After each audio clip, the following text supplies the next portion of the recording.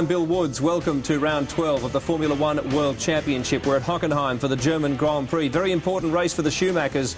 Even more important for, of course, the championship itself. Neil Crompton, welcome to you. We've seen such a great spread of results in the championship this year, and given what we know about this round so far, we may see a continuation of that. Absolutely. I mean, with Rubens on fire at the last race in Britain, that's a total of 7 winners so far in the 2003 championship, and great variety in terms of those that have claimed a pole position and also those who've claimed fastest laps. And as we discussed earlier in the day on RPM, also a tremendous battle between the two tyre manufacturers, Bridgestone and Michelin, and it's almost even Steven there at the moment. Well, it's a four-way battle if you look at the points clinically, and we're going to do that right now. But of course, Michael Schumacher has been running interference, given Kimi Raikkonen buying his way back into this championship in recent rounds. 7 points the margin between Schumacher and Raikkonen. Montoya in third position with 55, and he and his teammate are really strong now in this back end of the season. Third and fourth, then Rubens, the last round winner with 49. Alonso 39 down on the grid today. Coulthard also down on the grid with 33, and then Jarno Trulli down there with 16. He started well in Britain. And the Manufacturers' Championship, and Ferrari in command at the moment from Williams, BMW, then Mercedes with 95, Renault, Honda, Cosworth with Jaguar, and then Jordan Ford and Sauber in 8th position. I said four-way battle, but of course Rubens Barrichello has become something of a factor after the recent victory. Let's have a look at what happened at Silverstone in the latest round of the World Championship. And once again, some very interesting results in a race that was turned upside down, Neil. That's right, most notably because this goose decided to run out in the middle of the racetrack, and that prompted a safety car. Rubens started on pole position, his 8th career pole. He made a poor start. Jarno Trulli was the one that got away on top of the game. This bloke wasn't on top of his soccer game as he just kind of bowls him out of the way. What it did do, though, was spice up this motor race. It was probably the closest you'll ever see to a reverse grid Formula One race after all that, because some of the quick guys were buried at the back, notably Kimi Raikkonen and his teammate David Coulthard. One of the interesting things about all this, though, was the Toyota pace. They've actually been stronger in recent rounds, and in fact Cristiano Di Matta led for a significant number of laps and fended off the McLaren challenge. I thought it was a tremendous performance from him, but some of the stuff in the passing in this motor race was really tremendous, not least of which were the monumental passes that were unfolded by this man, Rubens Barrichello. Quick, efficient stops for Ferrari, kept them in the game, and this bloke played the best game in terms of the passing that we've seen in a long while. He was setting drivers up from afar, 2 and 3 corners back, outmanoeuvred Raikkonen here. He outmanoeuvred a number of drivers throughout the course of the afternoon, and it was just beautiful stuff to watch, very exciting. His car was in perfect trim and balance, and he was right in sync with it, and he just chewed him up and took a tremendous win. He's the 7th winner this year, his first win in 2003, and of course Montoya was second, and third was Kimi Raikkonen, and it was a very exciting race. As I said before, it was probably brought about by the fact that the lunatic had strolled out in the middle of the racetrack there, and he's been dragged off and arrested accordingly, but it was a beauty. Pretty good save from Michael Schumacher to concede only 1 point to Kimi, a situation that could have been a lot worse, and we've seen him do that a number of times this year. Yes, that's exactly right, and we talked earlier this afternoon about the fact that you can't write these guys off at the moment. Only a few races ago, Bridgestone were in a bit of trouble. They had that huge test in Spain. They've come back with great pace, and Rubens demonstrated that, and Michael was probably able to really limit the damage at that last race in Britain to at least stay in the game and stay in touch. It's going to be another battle like that tonight, although even though it's incredibly hot over there and they haven't dominated practice, the word on the street is that their tyres are very consistent and they'll be strong in the race. Well, there's been talk about schedule changes just lately, with Spa coming back officially for 2004, although they reckon they'll still stick to the limited number of races. There won't be an extra race for Spa, something will have to go. I doubt whether it'll be Hockenheim. As we look at the track map now, this is very much a favourite of most of the drivers, certainly the fans, and there are plenty of them in Germany. This is a beautiful circuit. They've modified it going into the 2002 season, and there's an enormous number of fans that are into it. 17 corners in total, 4.5 Ks. Tonight's race, 67 laps, 75% distance will be 51 laps, and the circuit is high grip, medium downforce because of the changes. It used to be really very much a low downforce circuit, and you can see some of the old section there where they went out through the forest. Still a top speed of about 310 odd Ks at this circuit, Billy, so it's still a track where in one particular location at least they are very quick. Hard on brakes going into the first gear hairpin, and a track that has now got a huge stadium around it and a lot of energy and enthusiasm from the fans because, of course, of the interest with the Schumacher brothers, BMW and Mercedes-Benz. You might have seen the forecast there on the screen, and we'll talk a little bit more about that when we cross to Hockenheim, where Matthew White is waiting on the ground. Before we do that, a couple of bits of news we have to get away. Firstly, Max Mosley, boss of the FIA, strange investigation launched as to where we went right at Silverstone. That's got to be as... Well, if it had been April, I would have thought it was an April Fool's gag, because he's launched an investigation along with some of the team owners into why the race was so good. Well, like I said a few moments ago, it was probably by virtue of the fact that it was something of a reverse grid race, in the sense that some of the quick guys got scattered in the pack, and clearly that gave for the opportunity for there to be overtaking. Of course, when the cars were right in the slipstream of other cars and when they were particularly heavy, not much was going on, but it certainly was better than we've seen in the recent past. And if you've gone bush in recent weeks, you may not have known that there's been a couple of driver movements. Justin Wilson moving from Minardi to Jaguar to team up with Mark Webber, a move that everyone seems to be happy about, particularly Justin and those invested in him, I suppose. Nicholas Chiesa from Denmark has moved to Minardi, and a bit of pressure on these two guys this weekend. Yes, and Justin Wilson got off to a great start in qualifying on Friday. He was 7th, but then come Saturday, qualifying actually made a blue, had to run in the spare car, hasn't been able to tune it quite to his liking. He's been suffering a bit of an understeer problem with that car. But a Brit in a Jaguar, in a high-profile event like this one, certainly going to be under some pressure. Chiesa's done very well. He's obviously up the back in the Minardi, but he's very close to Verstappen. Says he pulled up a little bit early under brakes in a couple of spots. He won't do that again, but he's been doing well in 3000 and should do well in the Minardi. McLaren, disturbing news. Raikkonen may be a championship threat, but off the track, the developments hit a snag. That's right. Well, we've been talking about the forthcoming arrival of the MP418. It's going to come, it's going to come. Well, it hasn't come, and Ron Dennis is now saying that it may never race, and in fact it could end up being the early development model for next year's car, which is the MP419. So they've been having problems with that car. It failed a second FIA monocoque tub crash test. That's very bad, obviously, and it's really put them behind. They were talking about the car being trotted out for the Italian Grand Prix. That's not going to happen now, and now big likelihood that it won't actually turn up at all. And Eddie Jordan in a spot of bother, which has nothing to do with development, but he made a challenge in the High Court, which he has since tried to pull out of, but it looks like he may be wrapped over the knuckles tomorrow. Yes, the High Court are going to declare their findings. Justice Langley is very likely, in fact, to say that he's very unhappy about the behaviour of Eddie Jordan in particular in Jordan Grand Prix. There's a stoush on here, folks, between Ferrari and Jordan over who has the rights to the Vodafone deal. Obviously, Vodafone ended up being deeply involved with Ferrari, and it doesn't look like it's going to go EJ's way, unfortunately, and there'll be more on that in the next 24 hours. Typical Formula One stuff. Let's have a look at the on-track action, though. Qualifying Friday was interesting. Saturday saw a few turn-ups. Hockenheim was baking, and there was heat on the first of the qualifiers. Danish driver Nicholas Chiesa had barely obtained his licence, then didn't make it out of pit lane for his Friday lap. He was glad to get one in the bag. After Villeneuve and Verstappen, Giancarlo Fisichella brought a satisfied reaction from the team boss. Cristiano Di Mata went a few tenths faster, but his heart rate was faster still. Oh, a huge tank slapper for Di Mata. Kimi Raikkonen was staying cool, but Sauber was disappointing, and so was Jenson Button, who showed pace until a slip-up at the end of the stadium complex. David Richards was unimpressed. Di Mata was still P1 after David Coulthard cautiously lapped in a spare McLaren. He'd run off in practice. It took the other Toyota driver to hit the 115s. Panis surely will go fastest with this. Then it seemed as though Hockenheim had zoomed focus. They packed even the trees when Michael Schumacher emerged in an unfamiliar position, and he'd gone off in practice as well. Composure, the fastest first sector so far. He lost time in the middle, but not much, and with tyres apparently surrendering, hauled his Ferrari into P1. Michael Schumacher, reigning world champion, goes into first position. He did pull it out of the bag. Rubens Barrichello, the last of the Bridgestone drivers, ran a softer compound. Ferrari's plan was to break up the top of the grid, and it worked as he sliced half a second from Michael's time. They were sitting ducks, though, with 7 drivers remaining.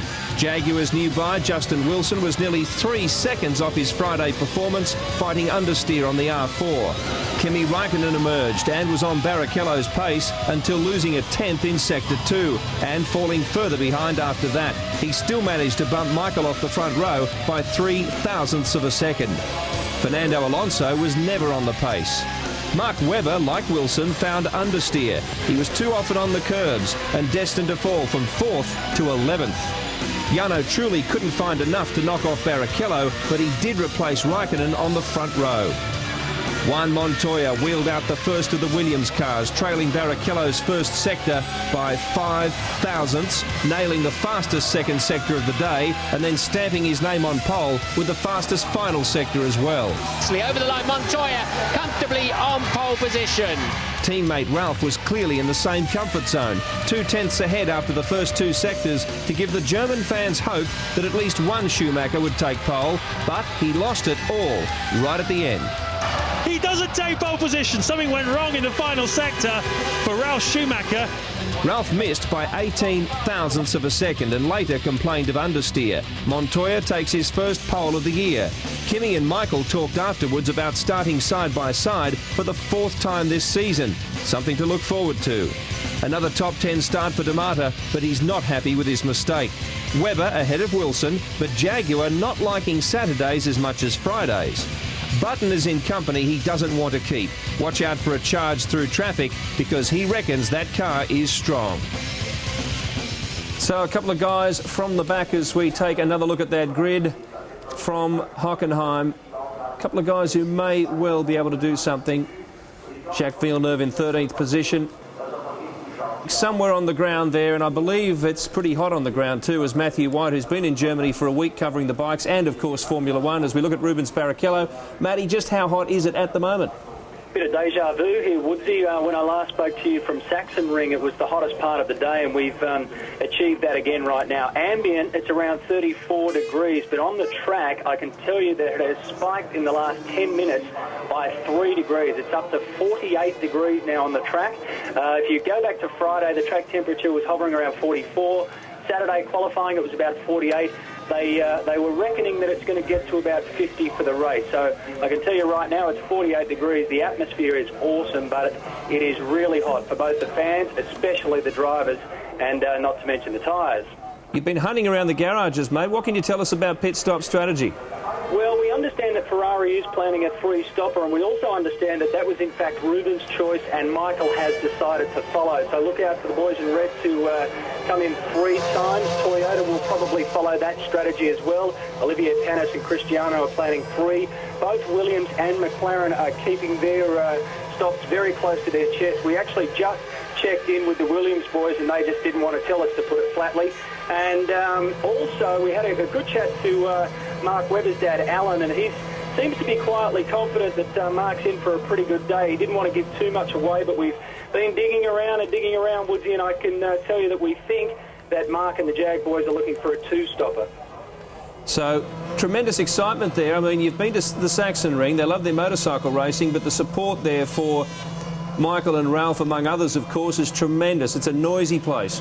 Oh, it's incredible. I said it to you in RPM, Billy. They love 3 things here: Michael, Ralph and air horns. And I think it's probably the only place in the world where Formula One cars, which operate, I think, at around 127 decibels when they're flying down the main straight, actually get swamped by the sound of air horns. It really is something unique. And also, as you would have seen from that vision, this place is effectively half of it anyway is cut into the side of a forest, so it's a terrific atmosphere here. I can just also update you on some news from the tyres. Of course, there's only 2 Bridgestone tyres in the top 10 with Barrichello and Schumacher, and if you go back through Friday and Saturday, you see that Michelin has really been dominating. We've just got some word in from both Michelin and the Bridgestone boys. Michelin expect to lose around 2 seconds per lap in race conditions, and Bridgestone expect to lose 1. So Bridgestone are pretty confident that their race tyre is up to this race.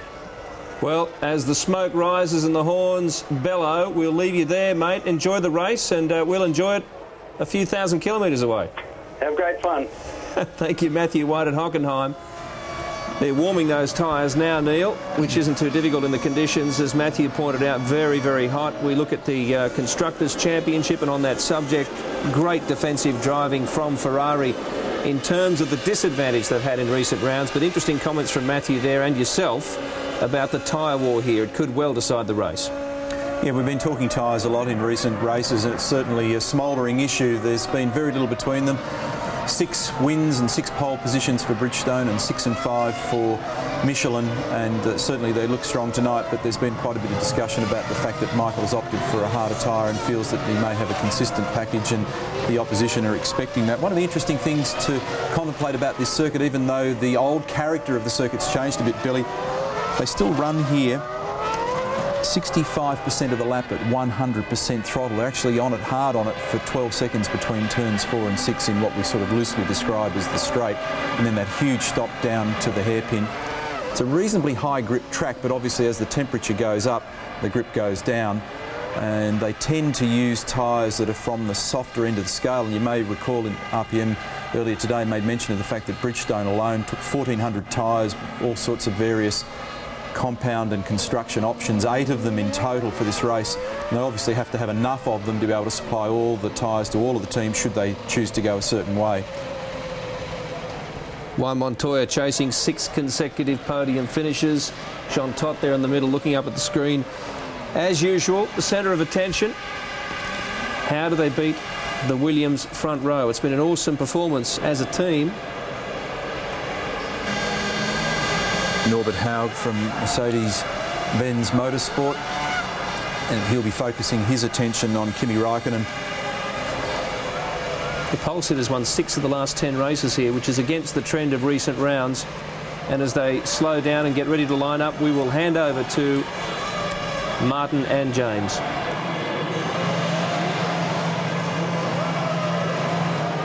And it's a big corporate battle as well as a personal battle between the drivers.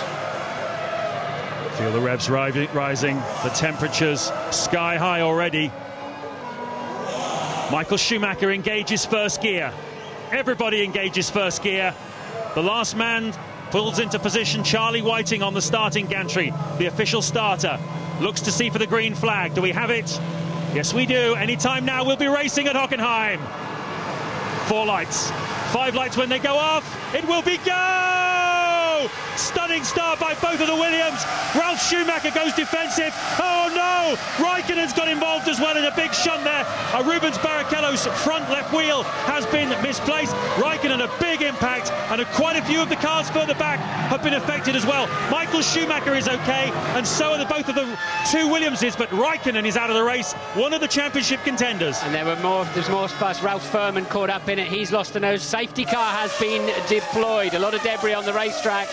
Raikkonen, a big incident there, because although you're just from a standing start, they're still doing over 150 miles an hour when they reach that corner, and on 3 wheels these cars do not stop at all. Well, you're skidding along the road in a toboggan, but unfortunately for Kimi Raikkonen, it's not a red flag, it's a safety car procedure. Otherwise there would be a restart and he could get back in. Michael Schumacher had a very slow start, and he was behind Kimi Raikkonen. So was it indeed Barrichello with a also an equally slow start? How did Raikkonen end up contacting a Ferrari? Well, Ralf Schumacher got very defensive, I could see, as he came across. Look at that, cutting across, Martin.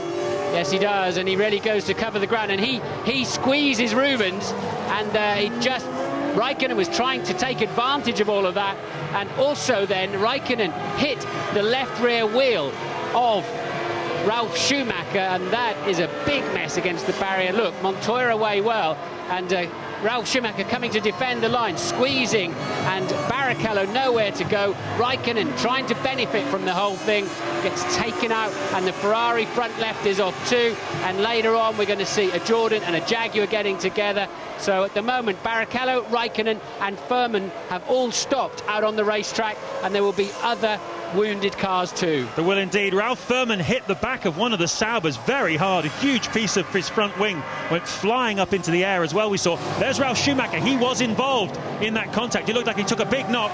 Look at the side pod of that car. Now we've got to worry about the cooling, because there's an awful lot of the cooling of the car in that area. They're taking a look to see if this car is serviceable. Now remember, this is another championship. He's climbing out. He's climbing out of the car. Ralf Schumacher is out too. So we've lost 2 of our 4 championship contenders this afternoon, and he can't believe it. Bad news for Raikkonen, good news for Michael Schumacher, and if this race goes into its 2nd lap, then it'll be a 2-part race, even if they do show the red flags. Ted. Yes, Martin, the feeling at Williams was that there was too much damage to the radiator. They could have sent him back out, but it would just have overheated, and there'd have been no way he could have continued. Justin Wilson, meantime, into the pits, as is Heinz Frentzen, but I think he's out of the race with no rear wing. Yes, and Raikkonen there, he made quite heavy contact with the Williams and then very heavy contact with the very beginning of the tyre wall there, James. So lucky he didn't hit something rather harder. And there it is, Barrichello squeezed and Raikkonen trying to grab an opportunity and gets wiped out. Watch out for Furman in the bottom of your screen here. The yellow Jordan, there he is in the bottom. Look at him hit the Sauber. Whack! Front wing up in the air. No wonder Franz-Harald Frentzen lost his rear wing. He's lucky he didn't lose more. Well, there's Raikkonen, and he is not at all happy about what's happened here. He's had a big impact as well. There's Charlie Whiting just assessing the scene, looking to see that they're clearing away the debris. Let's bring you up to date then as we pause for breath. Ralf Schumacher walking away as well. Frentzen, Wilson, Barrichello, Raikkonen and Furman are all in the pits or have stopped. We'll keep you updated on that. Montoya's leading. Trulli, Ralf Schumacher, Alonso and Michael Schumacher the top four. Both Ferraris very slow away, and that really was the cause of the incident, but it lays also at the door of Ralf, who was wandering across the racetrack and not leaving Barrichello anywhere to go. But he would not know that Barrichello had another car to his left. This is on board with Michael Schumacher having a poor start. He's passed by 2 already, and that's the rear shot from Ralf Schumacher as Raikkonen goes straight to the scene of the accident and more carnage going on behind them.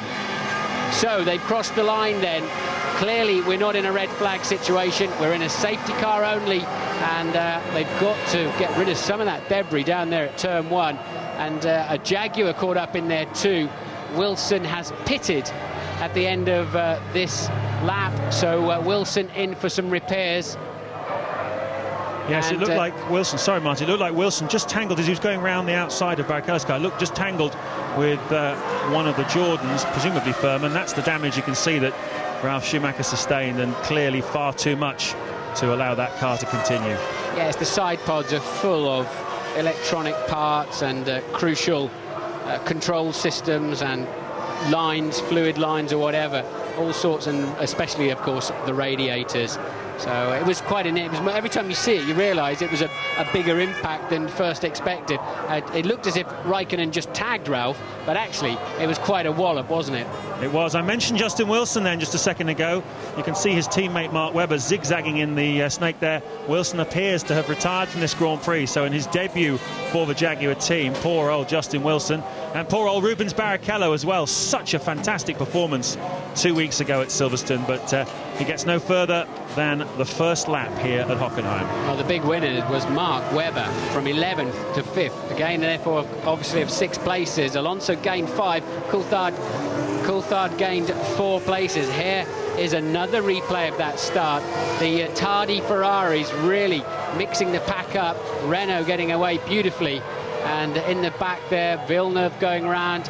That is where a lot of... Oh, there was 2 incidents there then for the Jaguar of Wilson. Firstly, tagging with Villeneuve, and then again with the Jordan. And the safety car is in at the end of this lap, and that means right now he's at the pit lane entry.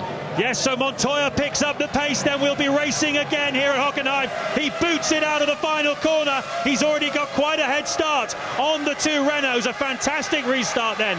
4-1 Pablo Montoya. He leads. Trulli 2nd. Alonso 3rd. Michael Schumacher 4th. Webber 5th. 6th is Coulthard. 7th Panis. 8th D'Amato. 9th Fisichella. And 10th is Nick Heidfeld. Jenson Button, having started right towards the back of the grid, is now up into 11th place. Verstappen, Villeneuve and Chiesa rounding out the top 14, and we have only 14 cars still in this Grand Prix on lap 4.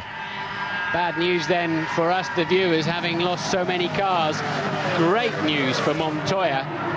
Really, his 2 of his main championship contenders are gone, and Michael Schumacher pegged back there in 4th place.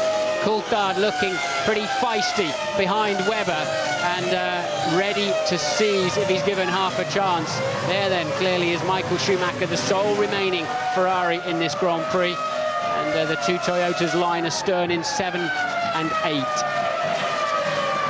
can see Webber with Coulthard right behind him there, putting a lot of pressure on. Another disappointing qualifying session for David Coulthard, down in 10th place. Hasn't yet put that bogey behind him, but his race performances all season have been stunning, and today he certainly looks set to attack. He's in 6th place already, and a long, long race ahead of him. Yeah, the problem he's got, of course, he had to take the spare car at the last minute yesterday, and he never did really get a good lap out of that, either in the 15-minute warm-up or the qualifying itself. And with the new system, you're locked into that car, so he's not been able to make any changes worth talking about. So whatever handling imbalance he had in qualifying, he's surely got to carry all the way into the Grand Prix, and just slipping back a bit now from the Jaguar of Webber. Well, it's very good news for the two Renaults. They find themselves 2nd and 3rd. There you can see in your picture, Trulli leading Alonso. Been very strong for Renault recently. Now, Alonso was one of the drivers who had to make some changes to his car. He had a brake system problem yesterday in qualifying. He had to change that. It's one of the things that compromised his qualifying lap, but that has been changed for the race. So he's pretty confident he's got a car under him that he can express himself in and do the business. There's Justin Wilson, who appears to have got himself out. Clearly, Jaguar feeling that they want him to put some miles on the car to get used to the feel of the Jaguar, even though he's going to be a lap down on the rest to start with. There's still a long, long way to go in this race. Points might be possible even if we have enough dropouts between now and the end of this Grand Prix. So Jaguar have got Wilson going again.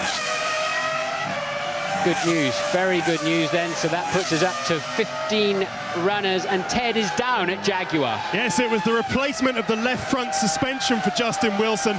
They thought it was worth taking the time to replace that suspension, the steering arm, the wishbone, all of that, just to give Justin some mileage. He really needs it in race conditions, so they've sent him out, fixed it, sent him out for some valuable laps. So he's currently 4 laps down on race leader Montoya on the timesheets, but anything can happen between now and the end. Justin Wilson pushing hard then for Jaguar, as we rode on board there with David Coulthard in 6th place.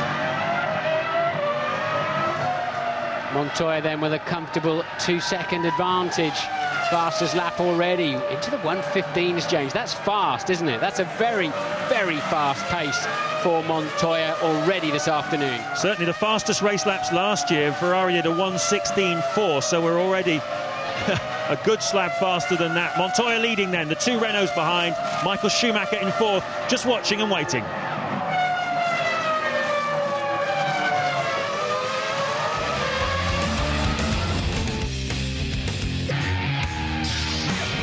Welcome back to Hockenheim, and if you've just joined us, there was an extraordinary first corner crash which took out 6 cars, including 3 championship contenders. One of those 6, Justin Wilson, has returned to the race to make up a field of 15. The big winners, well, Mark Webber of Australia moving up as we run through the positions now to 5th position. Michael Schumacher in 4th, but more importantly, it's what's happened around him that has affected his championship defence, and that is the loss of Ralf Schumacher, Rubens Barrichello and Kimi Raikkonen, Neil.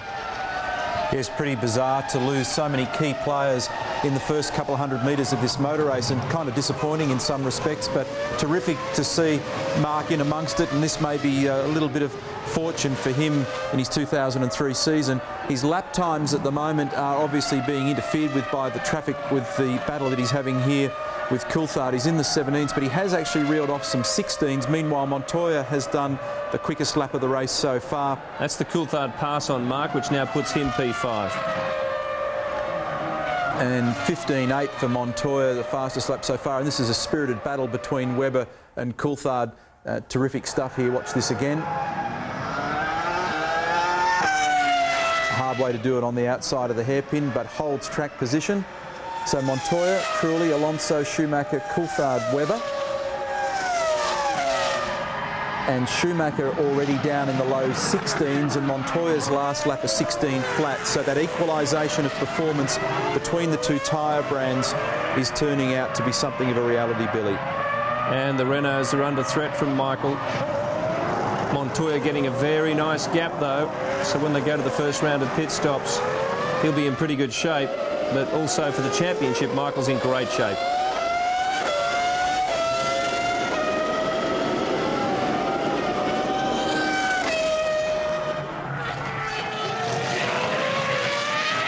And Montoya leading the Grand Prix at the moment, and this is Coulthard on Webber. And Webber's gone defensive into the hairpin. Coulthard says, I'll have a look down the outside then.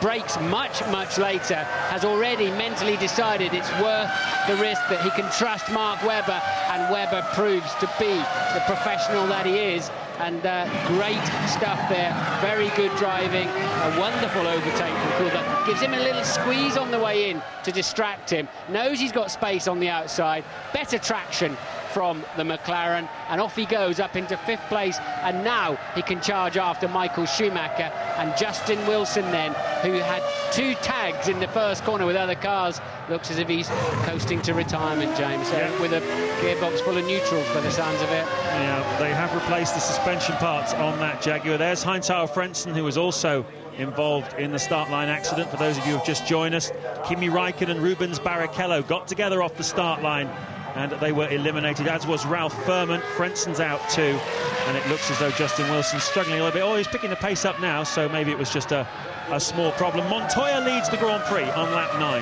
by 2.2 seconds from Jarno Trulli in the Renault. Then this battle here between Alonso in the second Renault and Michael Schumacher. They're 4 seconds behind race leader Montoya. Coulthard, after that pass on Webber, is up to 5th. Webber down to 6th. And then we've got the Toyotas of Olivier Panis and Cristiano De Mata filling the remainder of the points-paying positions in 7th and 8th. With Button now having passed Nick Heidfeld. We didn't see it, but he has passed him.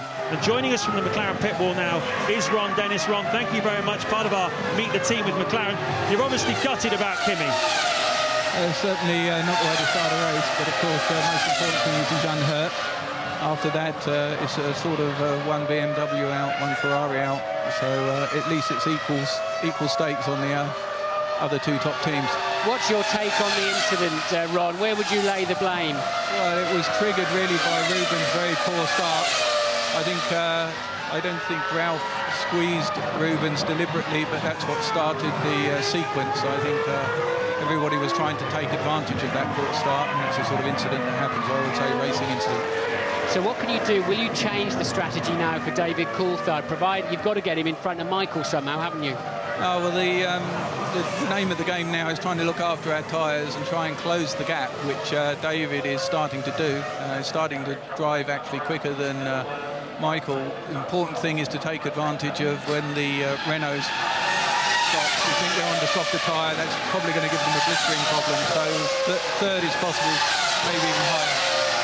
Do you feel, you've been in the championship fight over many decades, Ron, are you sitting there thinking, I think this year's one is now going away from us? Well, not really. You've got Ralf out of the picture here, and finish first, got to finish. Of course, Michael hasn't finished the race yet. There's a long way to go.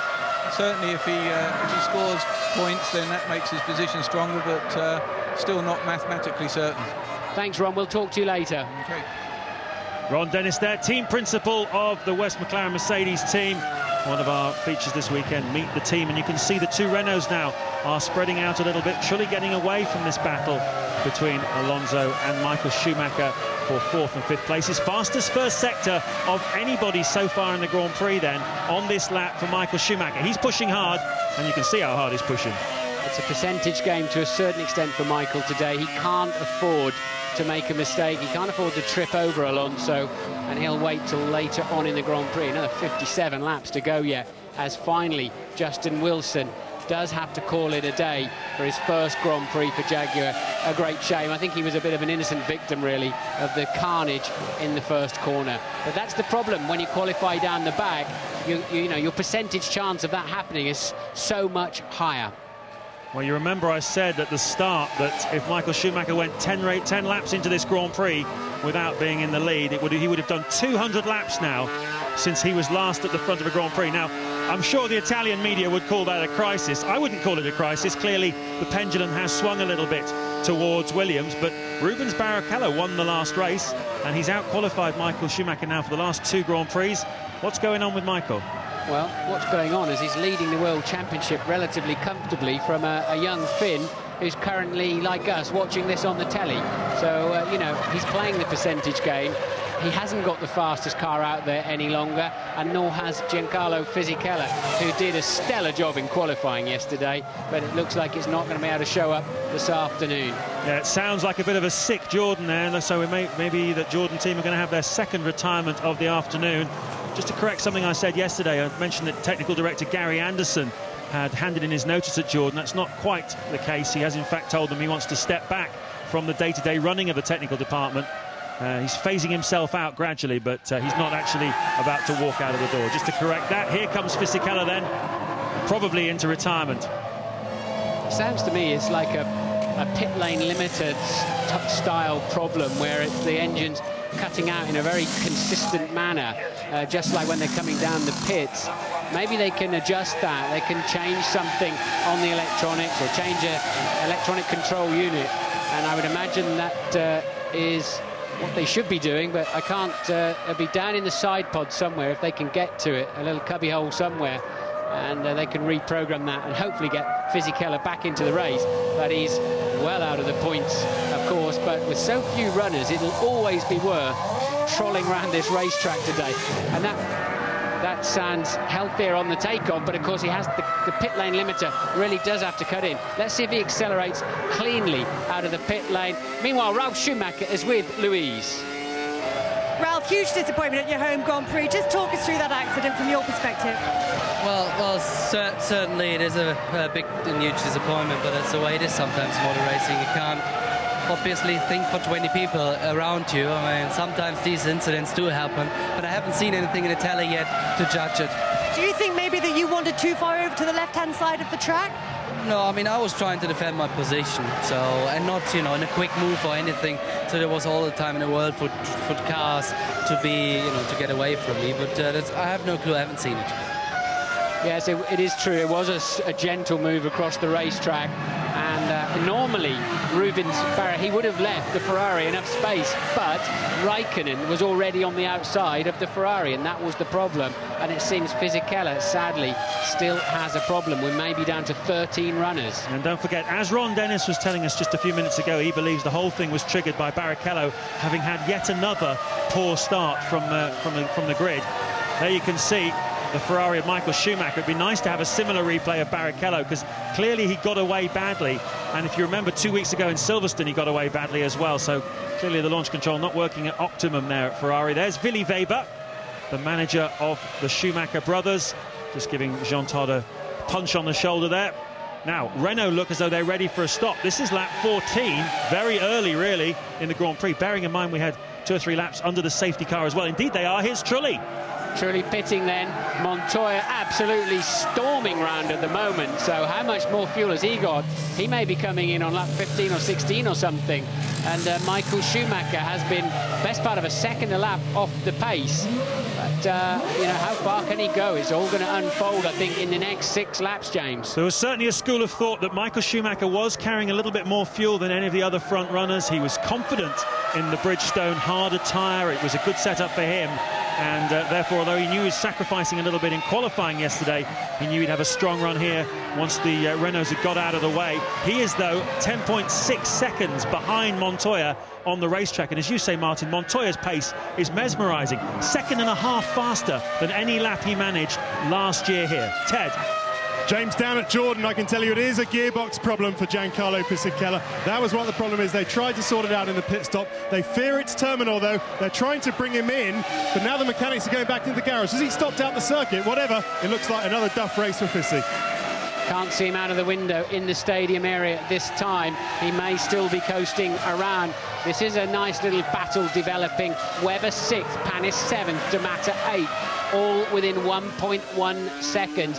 And Webber's pace so far in the Grand Prix probably hasn't been what we expected from the Jaguar, and the Toyotas still struggling from a relatively poor start and getting very much caught up, Panis especially, caught up in that action in the first corner. Yep, these guys are really consider themselves to be racing each other in the Constructors' Championship. Jaguar and Toyota. Looked like the Toyota was diving into the pit lane there, but they're battling for 5th place in the Constructors with the BAR team, for whom Jenson Button now is in 9th place, Jacques Villeneuve 11th. Here comes Panis then into the pits. Another early pit stop for the Toyota team. Be interesting to see how much fuel they put in, James, because I think it's really now the way it's working out. Not too much traffic on the racetrack, so you can take that out of the computer equation. But will they do? That looked like a full 3-stopper to me. a lot of these cars, I think, were considering a two-stop race with a very short first stint. But that's not enough fuel to go on to a two-stopper, is it? No, you need about 9 seconds worth of fuel to switch over to a two-stopper. That's about 60 kilos of fuel that would be going in. Well, Justin Wilson, very unlucky on his debut with the Jaguar team. He's talking now with Louise in the pits. That's right, James, very unlucky, Justin. I think you were really a victim of what was going on at the first corner, weren't you? It's just one of those situations. There's something happening up front, and I had to slow right down to avoid that, as long as with everyone else, and Jack looked like he had to avoid somebody, and I tapped him into a spin. As he was spinning backwards, I was trying to stop and slow down and go around the back of him, and Ralph Furman was going around the outside of me, considerably higher speed, and we hit wheels. Team tried their best to keep you going. Did you think you'd be able to carry on? Yeah, I thought we'd better continue. They did a good job in the repair of the front suspension, and I was hoping to just get some laps in and learn something. Bad luck. Thanks. Bad luck indeed. Montoya leads by 11.1 seconds now as Heidfeld pits in the Sauber. Alonso stayed out. Trulli's already pitted and fallen in back into the race in 5th place. 12.2 seconds behind Coulthard. And there then is a Williams pit stop. Can only be for Montoya at this stage. And Webber losing out again under braking as De Matter then steams through, and Montoya getting down to that just 50 miles an hour speed. Ted. Montoya into the pits. Ferrari are now reacting for Michael Schumacher. This is going to be a good one. Montoya says his rear tyres have been going off. They're going to take out some front wing on this stop. Now, what's the time? That's crucial. Is that a two-stop? I'm not so sure. No, I don't think it is. I think he's on a three-stopper from the looks of things. Here comes Michael Schumacher right behind him into the pits, clearing some debris out from the radiators. Nice onboard shot here. That is a longer, obviously more fuel gone into the Ferrari. Quick reaction by the Ferrari team then. Well, you don't know if that was the scheduled lap or not, frankly, but part of your calculation, I believe 3 stops theoretically is faster anyway, but traffic is going to be a problem later on. Well, there's so little traffic on the racetrack given that first corner incident, so I think a lot of them will now be considering, with this track temperature, with the information they've been given from their drivers in the early stages, how are the tyres doing, how does the car feel, and then they'll swerve it onto a 3. Then as De Matter pits. Yeah, what I meant by quick reaction is that Ross Brawn, the Ferrari technical director who does the strategy for Ferrari, he'd obviously just seen how much fuel had gone into Montoya's Williams, whether or not they had time to just put a bit more into Michael Schumacher's car, because obviously it's always those laps when you're coming in slightly later than your rival where you can make up the ground and try and win the race and overtake him. So that it may have been the case. It was very soon after the Williams stop. Perhaps there wasn't time to switch it. Either way, Ferrari are running a longer middle stint than the Williams team as Alonso comes into the pits, who was leading the Grand Prix. And so does Coulthard behind him, and that looked like a heavily blistered left rear. Remember, the Renaults are on the softer tyre, the softer Michelin, 7.7. Also, surely they'll have to go 3 with the state of those rear tyres, as down the pit straight, a little bit, just got the fuel nozzle out, a few dramas there, but Coulthard away, and it seems as if he was fueled a little bit longer, although some of that was just pure lost time rather than refueling, and away he goes then.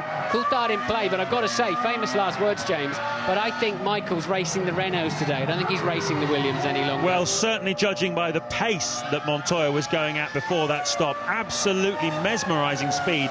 We haven't seen that speed yet from Michael Schumacher, but bearing in mind, he has been stuck behind Renaults. Now we're going to see how fast Michael Schumacher can go, as Louise is talking with Ralph Furman, another retirement. Yeah, it's a bad day for the Britons. Ralph, you also got caught up in the melee at the back, didn't you? Yeah, it was a shame. I didn't see anything at all, and then Hines ended up braking very hard, and I touched the back of him, damaged my front wing, but I was still okay. And then after the corner, going around the outside of Justin, and I think he was trying to avoid an accident and came in the side of me and put me out of the race, unfortunately. How difficult was it to pick your way through what was going on there? Was it a crazy melee? Obviously very difficult. Everyone slows up so suddenly, and if you don't see any accident at all, then suddenly you're going a little bit quicker than you want to be, and end up in trouble. I mean, the further you are at the back, the more chance of it being an incident. So, thanks, Ralph. Yes, I said on the grid, I hope the Brits didn't run into each other, and sadly 2 of them did. I think when Ralph sees a replay of that, he'll see it was a touch, a little bit more than touching the back of Frentzen, and a little bit more than just a broken front wing. The nose was off completely but nonetheless, he may have been able to recover from that with a pit stop at the end of that safety car lap. Sadly then, Furman and Wilson out of the Grand Prix, as is Fisichella with some kind of gearbox gremlin, Ralf Schumacher, Frentzen, Barrichello and Raikkonen all out of the Grand Prix. Here's your race leader on lap 20, Juan Pablo Montoya. We've been looking at Jenson Button just before that, battling with Mark Webber. That was the battle for 6th and 7th places. And once again, Jenson Button having a super afternoon after a compromised qualifying session. He was 17th on the grid here, and he was 20th on the last race, 14th the race before that. He's come through successive races now, really dogged driving by Jenson Button through to the points, and today he's already well into the points paying positions. He's going to get 2 points if he finishes where he is, and it could be better. There's a long, long way to go yet. Absolutely, and the Jaguar team ready for Webber by the looks of it, and here is an incident where they had to basically park Villeneuve being passed by the Toyota of D'Amato. They both stopped once. D'Amato must have had a difficult pit stop somewhere. Villeneuve, very good driving by Villeneuve to realise that he was coming in there, because it's so difficult once they're up alongside you to get a feel for exactly where they are, as Mark Webber pits from 7th position. The Jaguar team ready. 21 or 22 men in there ready to, and the black dust you see is the brake wear. You see the brakes glowing red under heavy braking. They're oxidizing, and eventually that gets blown out as dust by the air guns. Okay, this is lap 21 then. Juan Pablo Montoya leading by 14.9 seconds now from Jarno Trulli. Alonso just behind them. Michael Schumacher is 4th, as you can see there. Webber just feeding out with Fisichella giving him plenty of space. Coulthard 5th, Button up to 6th at the moment after the Webber pit stop, but he has yet to make his own stop.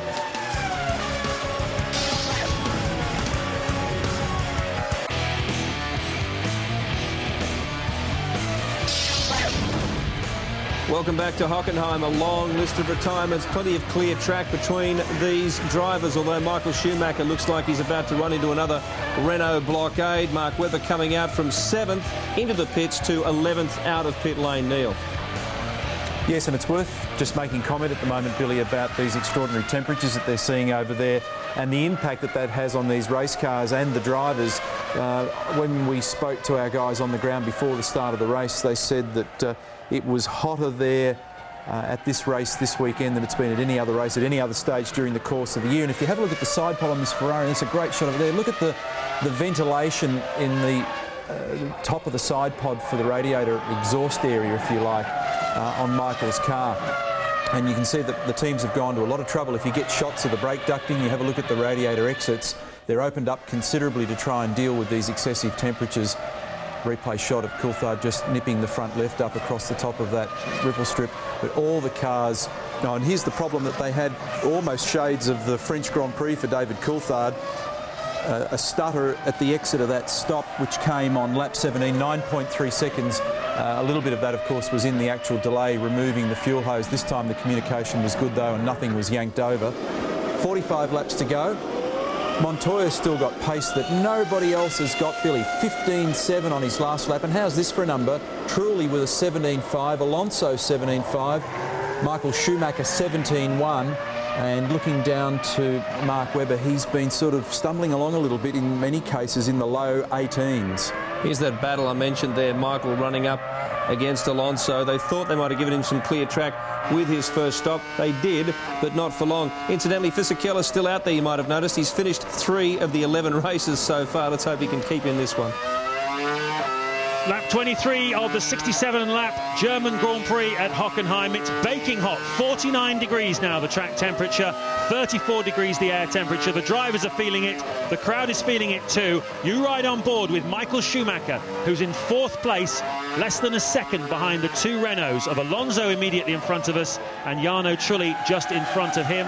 Those are the Ferrari mechanics having done their first round of pit stops, and this is what happened at the start. For those of you who are just joining us, you can see at the bottom of your screens there, Ralf Schumacher went defensive, Rubens Barrichello had a poor start, and you had 3 abreast. Kimi Raikkonen tried to go around the outside, and all 3 of those championship contenders were eliminated. Rubens Barrichello explaining the situation there to Gabriele Della Colli, his race engineer at Ferrari. Kimi Raikkonen's out, Ralf Schumacher is out, and Rubens Barrichello is out of the race as well. and this man is just walking away at the front. It's a wonderful feeling when your car's working and you're thinking, come on guys, where are you? If I drive any slower, I'll have to stop. Everything is underneath you. It's happened to me in sports car racing, and it's just supreme feeling of power and strength at the front of the field. And the big chase is for Trulli, Alonso and Michael Schumacher in second, third and fourth, and Coulthard beginning to reel them back in one more time. And Louise has news on Kimi Raikkonen. Yes, as we saw in that replay, it was a big impact for Kimi Raikkonen, and he has hurt himself a bit in that shunt. He's got the doctor with him at the moment. He is in the communication centre, not in the medical centre, so not a major problem. The doctor's just giving him the once-over, and we'll give you a progress report later on when he comes out to talk to us. Yes, I know that, of course, big sideways impact. You've got to be careful exactly where your hands device, the head and neck safety device. I think they're very good forward and aft, but they can come into play with side impacts like that, listening to one or two of the drivers. And then in any event, when you're ripping wheels off like that, there's a lot of energy dissipating through that action. But it was a big incident, and keep seeing it again. He was very lucky to get the beginning of the tyre barrier there and not something significantly harder. Yes, as you say, a lot of the drivers were concerned with that aspect of the new head and neck safety device, new for 2003. It's mandatory to wear it. And certainly Rubens Barrichello, one of the drivers who doesn't like wearing it, and he was very surprised at Monaco, if you remember, where Jenson Button in practice had a very big sideways impact, that there was no damage to Jenson's neck. Let's hope there isn't any to Kimi Raikkonen's either, and that the hands device has done its work. As we continue to look at this scrap then for second place, and one of the Minardis is off track. That's Jos Verstappen, who's just made a pit stop. So whatever happened, maybe he was rather held up in his pit stop. The car's got a bit hot, who knows. It quite often happens though, doesn't it, Martin, that people make a pit stop and either a drive shaft breaks or they got a bit hot or something in the pit stop and they pull off. It does indeed. It appears they may have fixed Fisichella's car. Whatever gearbox gremlin it was as I suspected, well, I still suspect, was an electronical problem. So Fisichella has rejoined the race 3 laps down. So with Verstappen's departure, we still have 13 runners. And the big winner, really, in that last pit stop was Alonso. And that happens so often, James. Whether he's better than Trulli on the in and out laps, I don't know. But he was quite a bit behind Trulli before the pit stop started, and now he's right up behind him. And Michael has cruised up onto the back of the Renaults, but is not exactly menacing them, is he? He's not. It's a big test of Jarno Trulli here today, about to be reconfirmed the Renault team for next year. And one of the criticisms of him is he's not able to keep the pace up during the Grand Prix, lap after lap after lap, as Verstappen gets out of his car. Clearly Alonso is able to do that. He's able to keep the pace up. And right now you can see that Alonso's right behind Trulli. Could he go faster, I wonder? Well, we won't find out perhaps unless he has a go at him. But Michael Schumacher behind the other two as well. And in this period of the race now, as I say, a big test for Jarno Trulli to keep the pace up lap after lap. Just edging away indeed then from Michael. Look, the gap was 1.1, is now, well, it's still around a second, actually just over a second. So it's a bit of a yo-yo around the racetrack in terms of where they're faster and slower, relatively speaking. Nothing to choose between the two Renaults. I'm sure I saw a lot of blisters on Alonso's tyres when he came in. We'll have to see how this stint unfolds for them. Coulthard is once again beginning to catch this trio, but he's 10 seconds adrift at the moment. He is. He's taking a little bit out of them each lap, as you say. He's 10 seconds away. Montoya leading Trulli by 23 seconds, so he's clearly comfortable, but his pace is amazing still. He's well over a second a lap faster than this little train here, and I wonder what their actual pace is. Is Trulli going as fast as they can go, or could they go any faster? They could go a lot faster. Alonso would be hustling him, but there's the race leader then, coming up to lap, towards lapping 11th place man, Mark Webber, who's had a pretty untidy race and a difficult weekend, I think, for Mark in many respects, hasn't it? Although he was on for a great qualifying lap yesterday and dropped it in the final 2 turns, he's running 11th at the moment. He's fallen away significantly from that battle he was having with the Toyota team, who remain 6th and 7th. Yes, he has, hasn't he? He's lapping in the low 1-minute 19s compared to 16s and 17s for the front runners. He was running 6th before his pit stop, so clearly Mark Webber having a difficult time here in the middle stint of this Grand Prix. There's Flavio Briatore on the right, the team principal at Renault. On his left is Pat Simmons, who's the director of engineering and was once Michael Schumacher's race engineer. A very, very experienced man, and really they have done a super job, haven't they, this year, Renault? They thought about this Friday morning testing. Shall we do it, shan't we? They've got so much benefit out of it, that 2-hour session on a Friday morning, which they and Jordan Minardi and Jaguar alone take part in. And against these big teams they're racing with now, they're really making it work for them. Yes, indeed they are. And they've crept up on it, haven't they? You haven't seen them make a stunning development at any point. They've just got faster and faster, and what pays them such a big dividend, and it's happened to them for 2 or 3 seasons now. Whatever software they've got for the launch control on the start almost always gains them a row on the grid by the time they get down to the first corner, and that really does pay them back in terms of World Championship points. But you know, James, I'm thinking about this race and that first corner incident, and the safety car keeps the race underway and keeps all the television schedules on course, but you can't help wishing maybe they'd have thrown a red and had a restart. Well, certainly that was something you used to see a lot more of in the past, isn't it? These days a safety car is much more common, as Button there just makes way for race leader Juan Pablo Montoya. He's now lapped everybody up to 9th place.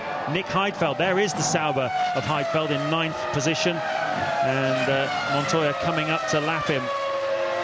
Lovely onboard shot then. Here we are with the race leader diving down the inside. It's one of those days when it's all just going right for Juan Pablo Montoya. As Martin was saying, he feels all-powerful and all-conquering. He wants 10 points here today.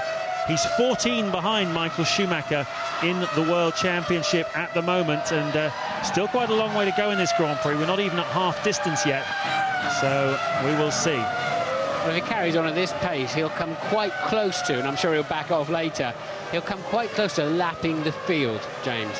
Just to give you, it's a relatively short lap, 75 seconds, 76 in race conditions, seems to be the average race pace. But already then 25 seconds clear after 29 laps. And he needs the 2 Renaults to do him a favour here this afternoon and keep Michael Schumacher in 4th place, because if they do, and Schumacher finishes this Grand Prix where he is now, with Montoya winning, then Schumacher's lead over Montoya in the World Championship be down to single digits with 4 Grand Prix to go. It'll be 9 points with 4 races to go. And the way this Williams is working at the moment, you'd have to say that Montoya really does look like a man coming fast up on the rails in this World Championship. Good thing too, it's going to go down to the wire, isn't it, at this rate? It's a pity that Raikkonen and Ralph are not scoring some points too today. Let's look at the relative paces. Montoya now down back into the mid-16s with passing of traffic. So is Trulli. Alonso just falling back a bit in 3rd. Michael 1:16.9. Coulthard 1:16.6, and now just 8 and a bit seconds behind Panis and D'Amata. 20 seconds adrift to Coulthard, but lapping at relatively similar pace. For the benefit of our viewers who've been following us throughout the season, Martin, just explain why Michael Schumacher here in the Ferrari, who they saw win 4 Grand Prix in the middle part of the season, is now struggling as a second a lap off the pace of Montoya, and does not seem to make any impression really on the 2 Renaults. How has this change about happened? Well, we've got a hotter part of the year, of course, the European season.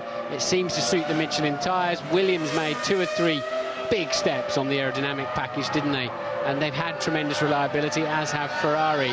And just tiny little details gain you a half a tenth there and a half a tenth there, and suddenly it hooks up. The drivers get a confidence, they get a result, and it's a snowball effect. And for some reason, and we said this last year, the 2002 Ferrari was so good. How could they make a big step forward? They didn't. They made a reasonable step forward, but the other teams, as ever, played catch-up and actually leapfrogged past them at this stage of the season. But, you know, as we saw in Silverstone, the Ferrari Bridgestone package was better. Quite clearly here, Williams have been the class of the field. Director there just looking back. That gives you an idea of the distance between Montoya and the pursuing Renault of Jarno Trulli. He's got to go through all this sequence of corners before he gets to where Montoya was when we cut up. That's a very comfortable lead. 24 seconds now, approaching a half minute, which is a magical market margin that all drivers like to have in their pocket over their pursuing pack. Michael Schumacher is almost half a minute behind him on the racetrack, and it looks as though Trulli's pulling away. Where's Alonso gone? There he is. Alonso has fallen behind Michael Schumacher. So Michael Schumacher up to 3rd place, Alonso 4th. We didn't see why, but either Alonso made a mistake or Michael Schumacher passed him. Well, when we last saw Alonso, he was about to side up the inside of a car to lap him, and I wonder if he made a mistake in there somewhere, or maybe he's got a gremlin creeping in. Reasonable pace at the moment, but did Alonso get into the Sachs curve and make a mistake? I suspect we're about to find out. And he ran wide in Mobile, look. He didn't get his, it wasn't a back marker, he cleared the back marker. And that was I saw the Minardi waiting there, and I wondered if Alonso got hooked up in that. But actually, he'd made his own mistake earlier on, and McLaren will be grimacing. That's released Michael Schumacher into another point. Well, it's a good 6 months away from Michael Schumacher's birthday, but that was an early gift then from Fernando Alonso to the reigning world champion. He's now up into third place as we take a look here at Montoya telling Jacques Villeneuve to get out of the way. He's lapping him. Villeneuve in 8th place. You could see his arm coming up saying, get out of it. And that's Alonso running wide. Yes, and I thought Alonso might got hooked up with Chiesa there, trying to be overly kind. He should just get on with it and stay on line and move out of the way in better places than the turn into Sachs. But Alonso had already made his mistake. I don't know if there was a white flag flying there to say slow a car ahead, or maybe something distracted him, or trying a bit too hard as they prepare for Montoya's pit stop. I was surprised to see that action from Montoya in the cockpit.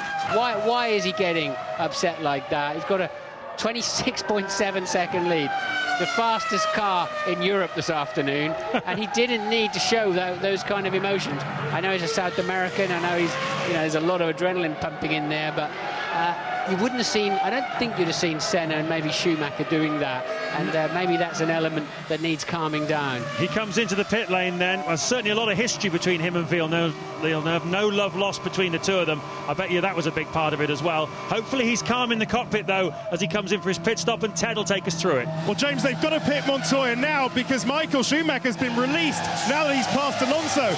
You need about 30 seconds to do a stop. Montoya was 30 seconds ahead of Michael Schumacher. Does he get out in front of him? Well, they will find out. We're just waiting for Michael Schumacher to come through the stadium section comfortably in front of him. But don't forget, Ted, that he's also well over half a minute in front of him anyway in terms of track time. So Schumacher will have to make his stop, we believe, in about 3 or 4 laps time. But at the moment, as Martin said, Michael Schumacher today is really racing the two Renaults of Jarno Trulli and Fernando Alonso, and one hopes that that battle isn't now over between Alonso and Michael Schumacher, that the Spaniard will have another go at him, perhaps embarrassed by his mistake and wanting to make up for it in the later stages of the Grand Prix as we approach half distance now. This is lap 34. Getting news up from the pit lane that it's suspected Schumacher is on a two-stopper, so if that's true, they've both got to stop again. I'd be surprised they didn't put that much fuel in. It'd be a long final stint then, I would have thought. Mata, as we thought, is clearly 3 stopping, and this should be 6 and a bit, just over 7. So he's really racing his teammate back there this afternoon. 6th and 7th, the 2 Toyotas. We've got 2 Renaults still running, 2 Toyotas, and what else? 2 BARs still in the race, but that's the only 3 pairs. Everybody else has lost at least 1 car. Well, if Michael Schumacher is on a 2-stop strategy, if he switched to a 2, or if he was on a 2 originally, I should say, then Juan Montoya needs to have about 26 seconds in his pocket over Michael Schumacher to be sure that he won't get caught out when they both make their extra stops. Personally, I'd be surprised, but we will see. And the Montoya has that margin in his pocket from the looks of things. Certainly did before his last stop anyway. Bit of a tussle going on there, I could see, between what looked like Heidfeld, Button, Webber. That's the scrap for 9th place. That's Heidfeld and Button. Nice aerial shot of the two of them then. And Heidfeld in 9th, Button in 10th. They've been scrapping all race, haven't they? It's been good stuff. Yes, ironically, with so few runners, still 13 runners in the race, but we have seen some good midfield tussles. Remember, this track provided those last year too, racing all the way down the field. On quietly, very quietly, the 2 Toyotas are going very strongly here this afternoon. 6th place, Olivier Panis has made 2 pit stops. So has Cristiano de Mata. He's in 7th at the moment, and that strategy seems to be working for them here this afternoon as Heidfeld goes into the pits, releasing Button up into 9th place. Villeneuve is also in the pits, so Button goes straight up into 8th place now as Villeneuve and Heidfeld, who are racing for position, come into the pits. Montoya, meanwhile, has gone straight back onto the racetrack into the low 1:15s, while Trulli and Michael are late 1:16s. So that just demonstrates his superiority this afternoon. Well, it'll be interesting to see if that carries over to the Hungarian Grand Prix in 2 weeks' time at Budapest, which is always traditionally a very, very hot race. The sort of temperatures we're seeing here today. There's Heidfeld. You can see popping out in front of David Coulthard, who's in 5th place at the moment. 3 weeks to go, I'm sorry, to the Hungarian Grand Prix, not 2 weeks. This is the summer break, of course, for Formula One coming up after this Grand Prix. Everyone's going off on holiday. It's D-Mob happy today, trying to get as many points as they can before they go off for their summer breaks. Fisichella, who has been fixed up. We thought he might have to retire earlier in the Grand Prix, but they've managed to get that car going, and he is still running, albeit down in 13th place, 3 laps behind the leader. Coulthard then in 5th. How far will he go? We think he fueled a little bit longer, although there was a bit of a delay getting the nozzle out, or the lollipop went up too fast, or DC was a touch over eager. Don't really know which of those 3, but whatever, a slightly tardy stop for him. But how far can Coulthard go in that McLaren? Can he get into the scrap between Trulli, Alonso and Michael Schumacher and get himself a shot at the podium this afternoon? Well, he was 7 seconds behind at the end of the last lap, the back of Fernando Alonso, so he's pushing hard. His pace about 3 or 4 tenths a lap faster than the bunch he's pursuing. And Louise has some news for us from McLaren. Yeah, we promised to keep you updated on the situation with Kimi Raikkonen. He has now been taken off to the medical centre for further checkups. The good news is he walked the car that took him there, so he's obviously not too badly damaged, but I think it's wise that the team are being cautious in this situation. Yeah, they'll probably throw a few ice packs on the Iceman and send him home. It's a long break now to the next Grand Prix. This is the sort of Grand Prix summer holiday break, if you like, and that's an awful long time when you've had a bad result. It really does carry with you in the next 2.5 weeks, and you're aching to get on a plane, or in the case of most of these guys, on your own private jet, to get off to the next Grand Prix and put it behind you, put the last one behind you. Especially as things look at the moment, Kimi Raikkonen will be seeing Michael Schumacher, who's on target to take 6 World Championship points, move further ahead of him in the title race, and that's not at all what Kimi had in mind. He's managed to keep Schumacher in his sights throughout the season, even though Kimi's only won 1 Grand Prix this year to Michael's 4 so far. But here today, the things are not looking very good for the Kimi Raikkonen World Championship campaign. Looking pretty clever for the Juan Montoya Championship campaign, however. He's 9.5 seconds ahead of Jarno Trulli. It looks like Renault are ready to make a pit stop for one of their 2 drivers, either Jarno Trulli or Fernando Alonso. Trulli's second at the moment, Alonso 4th. And Alonso is just 6.1 seconds ahead of Coulthard now, so beginning to fall into the clutches of the McLaren driver and losing best part of 3/4 of a second per lap to go with it. He had the blistered tyres, his left rear. This is Jarno Trulli's car. Michael Schumacher homing in. Remember, the Renault guys using the softer tyre, and I think I can see blisters too on the rear tyres of Trulli. Just tell us what you mean by blisters then. Where the rubbers basically exploded, little volcanoes, if you like, on the surface. Ferrari getting ready. I think I'd be amazed if they fuel this to the end of the Grand Prix and turn it into a 2-stop race in all. But where the rubber has just overheated on the surface and blistered and exploded, and it kills the grip, absolutely like driving on jelly. Now you hear us talking about in-laps. See how much ground Michael Schumacher made up on the back of Trulli there as they came in for their pit stops. It was a lot. He cut it right back. This is going to be a real race out of the pit lane for the 2 of them. Is he going to be able to get past him? Long fuel for both of them, very long fuel for both of them. Schumacher is not able to get out in front, but that is a huge amount of fuel going into the car. We're just past half distance in this Grand Prix, and we'll work it out for you if we can, but I didn't see any sort of other delays, did you? It seemed, was that all nozzle time? It looked it, didn't it? A lot of fuel going in, and well, they've got to get how far? Another 29 laps. Well, bearing in mind they pitted after something like 16 or 17. that is quite a big difference. It's a long way to stretch the tyres. Obviously, the fuel's not a problem if you put enough in. Will the tyres go that distance? And I have to say, what I've seen at the back end of these Renaults, they will be struggling. I suppose Renault would feel they had no alternative. They had to do what they thought Michael Schumacher was going to do. They second-guessed him. They were right. They both put the same amount, a huge amount of fuel in to go to the finish, and they had no alternative, because if they committed Trulli to make another stop, then he would have lost the position. So let's see now if they can make the tyres last. We're going in the pits here with Alonso, hoping we were going to stay on board. But you were absolutely right, James.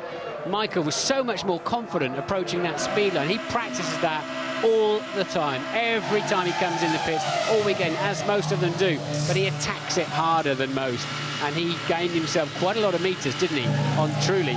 Teammate Alonso then, they pitted for 10 and 11 seconds. And again, it is quite a lot of fuel, James. Maybe they are hoping they can stretch it to the end of the Grand Prix. Unquestionably, they are fueled to the finish, those three cars. There you see Michael Schumacher just going through the bottom of your frame. He's ahead now of Alonso, you can see, as he was before that round of pit stops. So Alonso making a mistake a few laps back, which allowed Schumacher through into third place. An expensive mistake from Fernando Alonso. And after 39 laps here at Hockenheim, Montoya leading Alonso by 21 seconds. Coulthard then is up to third place at the moment. Not Alonso, I'm talking about. Montoya is leading Coulthard. Yes. And then we've got Trulli, and then Michael Schumacher and Alonso when it all filters back in again. Coulthard's looking handy. He was really closing in on the trio, especially Alonso. We know he fueled certainly longer than the others at the first stop, and he pitted later than many of them too. So if he can turn it into a more genuine two-stopper and not have to carry such a heavy fuel load for so long. So it's critical now when Coulthard makes his pit stop and whether McLaren can bring him into play. Looking forward to talking to Ron Dennis and see what he thinks about this, which I'm sure we're going to do a little bit later in the race. But at the moment, Coulthard going very nicely, as you said, James, up into second place. But Ted is down at Ferrari. Well, Martin, I've been doing the mathematics, and for sure, well, we think Michael doesn't have to stop again. He is fueled to the finish. That's why we were getting so excited about Montoya's stop. He did need to build a 30-second gap in his pocket. Does he have that set 30-second gap? Well, I think he does, but any problem in his third and final stop, and Michael's going to be right with him.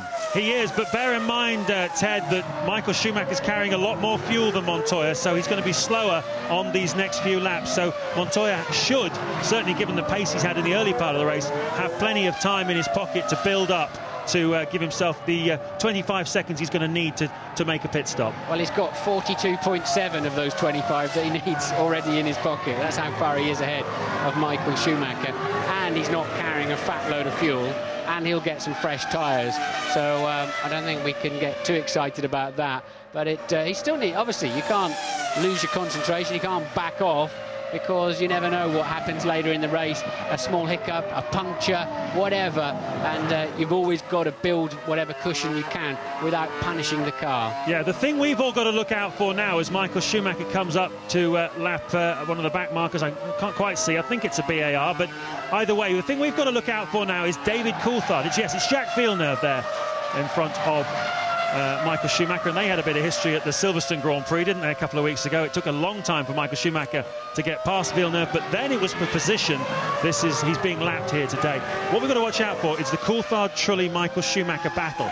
Currently, Coulthard is 23 seconds behind Montoya and 21 seconds ahead of Michael Schumacher. If he can stretch that out to about 25 or 26 when he makes his stop, he might be able to rejoin in front of the Ferrari, and that's not at all what Michael Schumacher has in mind this afternoon. So, as you say, Martin, Coulthard is coming into play now. Michael's first flying complete lap was a 1:18.2, so that's slow, but he's got a lot of fuel on board now, and Coulthard has got a chance if he can run just a few more laps to be up there scrapping for the podium place. But he pits. Coulthard pits on this lap, so he's still got a chance, but it's going to be harder then. We hope we could go a little bit further than that. There are the McLaren team. Let's hope that nozzle does its job. He's not under pressure from behind. He was well clear of the Toyotas, and they will fuel him clearly to the end of the Grand Prix, and off goes David Coulthard with a solid pit stop, and that gives him a chance. Michael Schumacher passes him the other side of the pit wall. Alonso still coming down the pit straight. That is going to be very close as to whether, and I think he did, didn't he? Yep, there's Alonso at the top of your screen, I think. So Coulthard, I believe, got in front of the Renault, so he's gained one position, and David Coulthard has crept in under the wire here very quietly. He's been going about his business, keeping his pace up, and he is definitely a factor here now. He is behind Michael Schumacher, but in front of Fernando Alonso. Montoya leads on lap 44.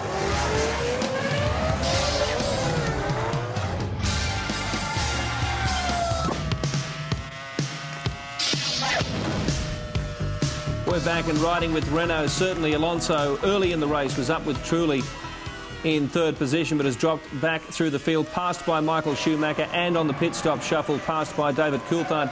Can Coulthard put some pressure on Michael? We see him coming into shot now behind the Ferrari. Neil. We're seeing some interesting reactive pit strategy here at the moment too, Billy. Probably afforded by virtue of the safety car early on changing the total fuel burn for the race. But some people, notably Trulli and Schumacher, pulling on big loads of fuel. When you're stopping for 10, 11 seconds at a fuel flow rate of 12 litres per second on the refuel, it means they've taken on something in the order of 120, 130 odd litres of fuel. Huge weight, 90 to 100 kilos worth of fuel. So they should theoretically be able to get through to the end of the race.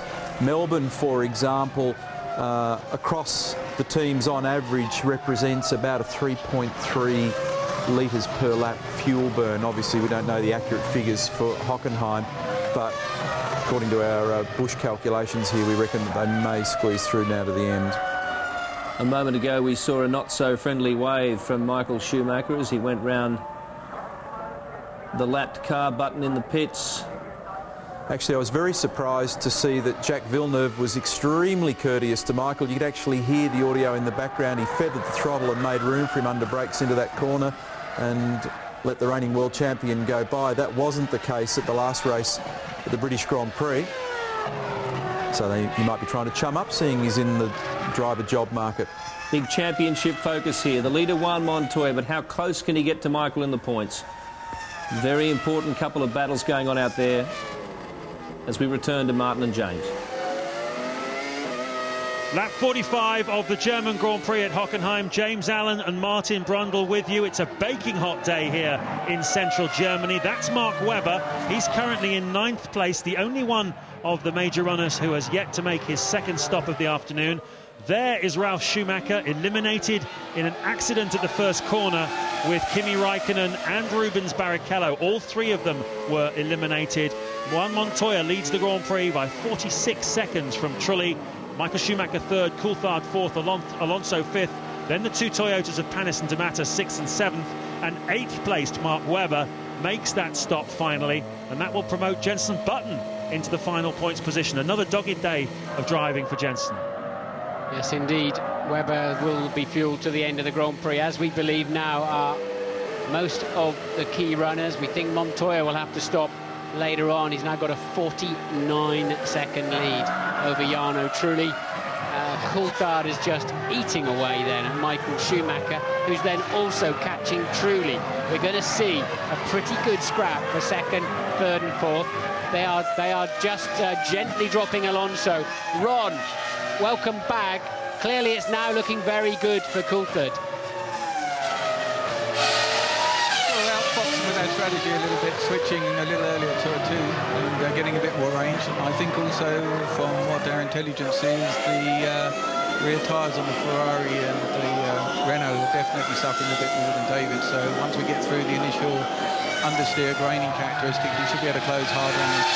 Ron, we believe that neither of them are going to have to stop again, and obviously you don't. So what kind of showdown are we going to have in the final stages here, do you think? Well, I think the first thing is it's going to be towards the end. I think that's when the tyres are going to be in the worst condition and people are struggling a little with the oversteer.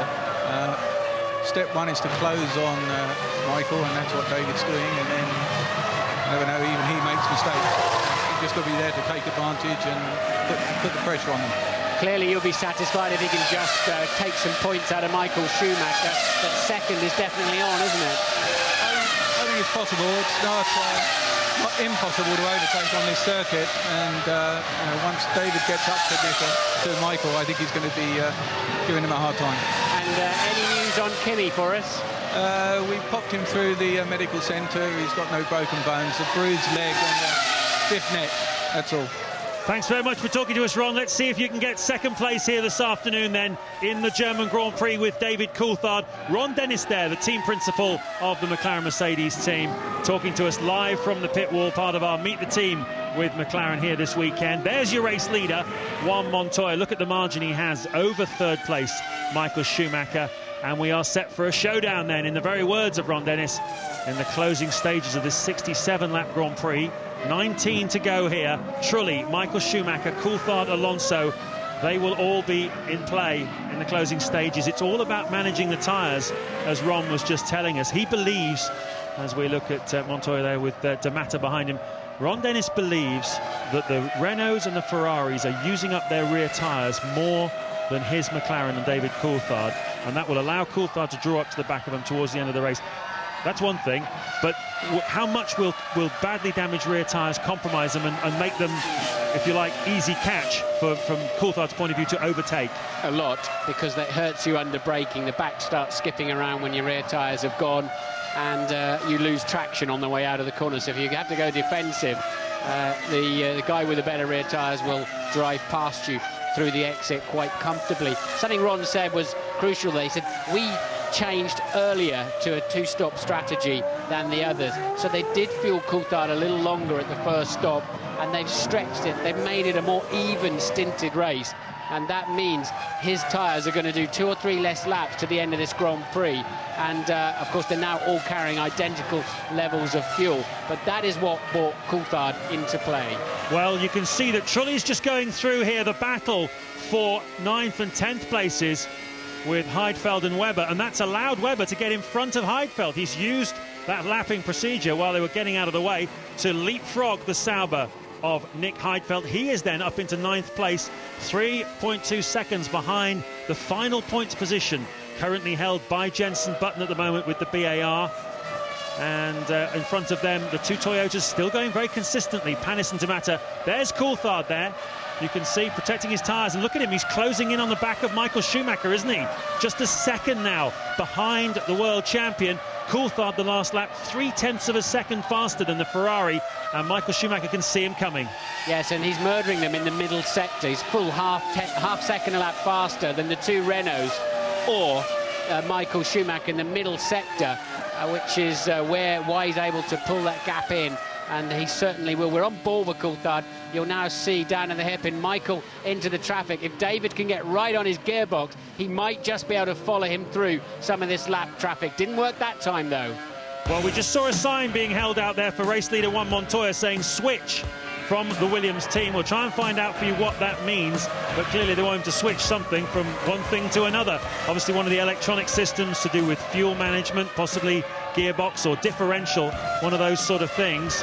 And maybe the brake bias, but I would think that they'd let the driver decide that for himself. But clearly something needs to be switched in the cockpit of the Williams. I hope it's not something that would affect his race performance. He's way out in front at the moment, is Juan Montoya, with Trulli, Michael Schumacher, Coulthard and Alonso pretty close together in the pack, but 2nd, 3rd, 4th and 5th in this Grand Prix.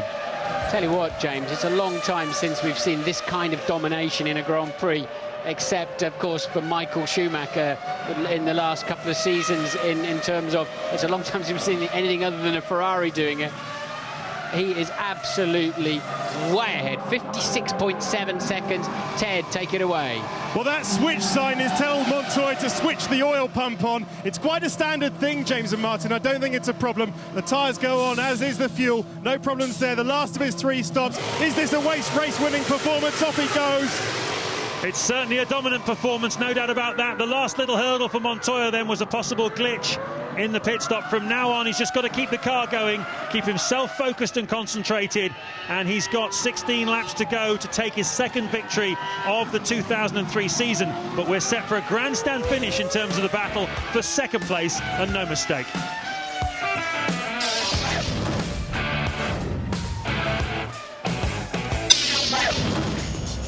Mark Webber just out of the points at Hockenheim. Up ahead, Montoya, as you heard before the break, just needs to keep his cool. But that man, David Coulthard, may hold the key to the championship. Jarno Trulli ahead of Michael Schumacher, Coulthard behind him. And that sandwich, Neil, is going to be the focal point of this race from now on. Absolutely, and it's actually panning out to be a bit interesting. I'd be inclined to be just taking a bit of the pace out of Montoya at the moment. Keeps flogging that thing pretty quickly at the moment. You saw that sign up before, and James made reference to the switch, and we talked about, Ted talked about the auxiliary oil supply that these cars has. There's no oil replenishment allowed during the race, Billy. And the interesting thing about a Formula One engine is, depending on the brand, they use between about 3 to 6 litres of oil per race. And one of the reasons for that is the oil is used extensively as a cooling agent, as distinct from relying solely on a lot of water, because the bigger the radiator means the more drag, the slower the car. So they try and keep the radiators small, they try and keep the amount of water in the system to the minimum. So they use a lot of the oil on the single ring piston to actually keep the piston and the internals of the engine cool. And that requires another charge of oil, so they have a separate tank on the cars. They hit the button, pump some more oil into it. They also, of course, have to finish at the minimum 600 kilo weight limit, and they burn a lot of oil, they chew off a lot of rubber. In these conditions, the drivers will sweat a lot, so they've got to make sure that that issue is covered. Talking about Webber, he's actually honking along pretty well at the moment. And he's playing a part in this crucial battle we spoke of. He's holding Schumacher off Trulli, in a sense. Yeah, he's been on this set of tyres. They're either been repressured or they're a different compound, but whatever. We thought he might have been nursing a temperature problem, but I don't think that's the case. But he's certainly looking stronger now.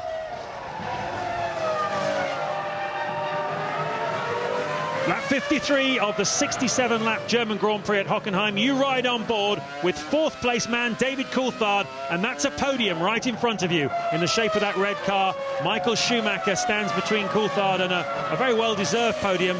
The McLaren team, we heard from Ron Dennis himself on the pit wall not long ago that they did a switch of the strategies earlier on than any of their rivals, and it looks as though it might well pay off for them, because Coulthard is protecting his tyres better than Michael Schumacher or Jarno Trulli in 2nd place in the Renault are able to do in the closing stages of the Grand Prix. So can Coulthard make a double pass and get himself up into 2nd place? He's got 14 laps in which to do so.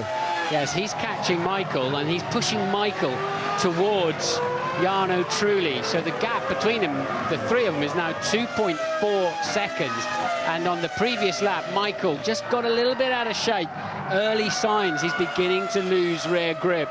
But clearly, you don't win 5 World Championships without being a brilliant racing driver, and he's not about to throw it down the road. But Michael is under a lot of pressure, particularly under braking from Coulthard, and DC's doing exactly what he's got to do. Just keep him under pressure and let his tyres fade and keep driving him towards the back of that Renault. And Webber's in the middle of this pack because he's lapping at very similar speeds.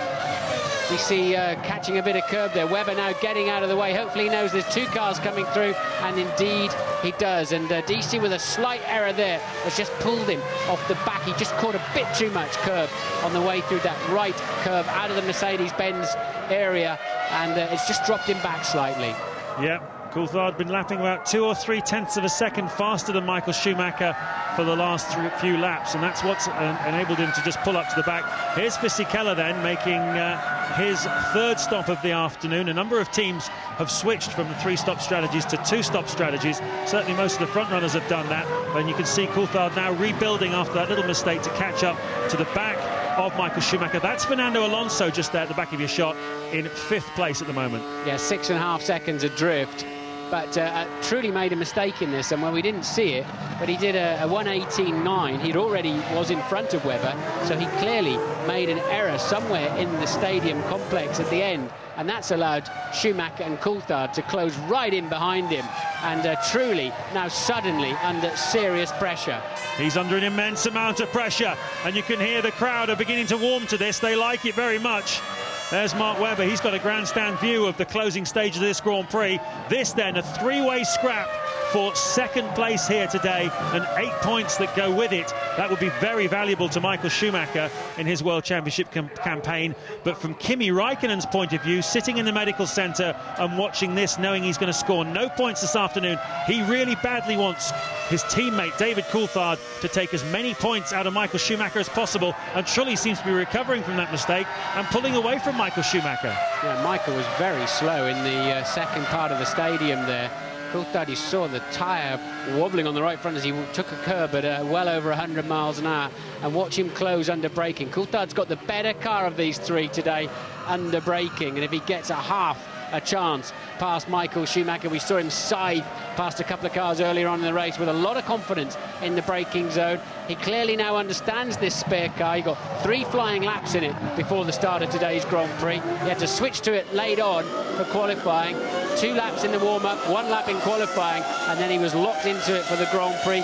He now clearly understands it, and it's working nicely. But now they're lapping back in the 1-minute 18s. Montoya's still in the 16s. His lead 45 seconds, and Coulthard's car is just so much better at the front end in the slower corners. Yes, this stadium section here, you can see Coulthard closing right up to the back of Michael Schumacher. We ride on board now. You can see with the Scotsman, the Schumacher just up ahead. Let's see if we can see why Michael Schumacher is struggling. We just cut away there to a shot of the McLaren garage. And you can see it's out of these 2 corners as well. Now, Schumacher needs a good run out of the final corner to get himself down the straight. And they're equidistant as they come down the main straight to begin lap 56. Strong run from Jarno Trulli. You know, he has faded in Grand Prix, and we've certainly said so, but today he's keeping the pace up. Montoya leads by 47 seconds from the Trulli, Michael Schumacher, David Coulthard scrap you're watching.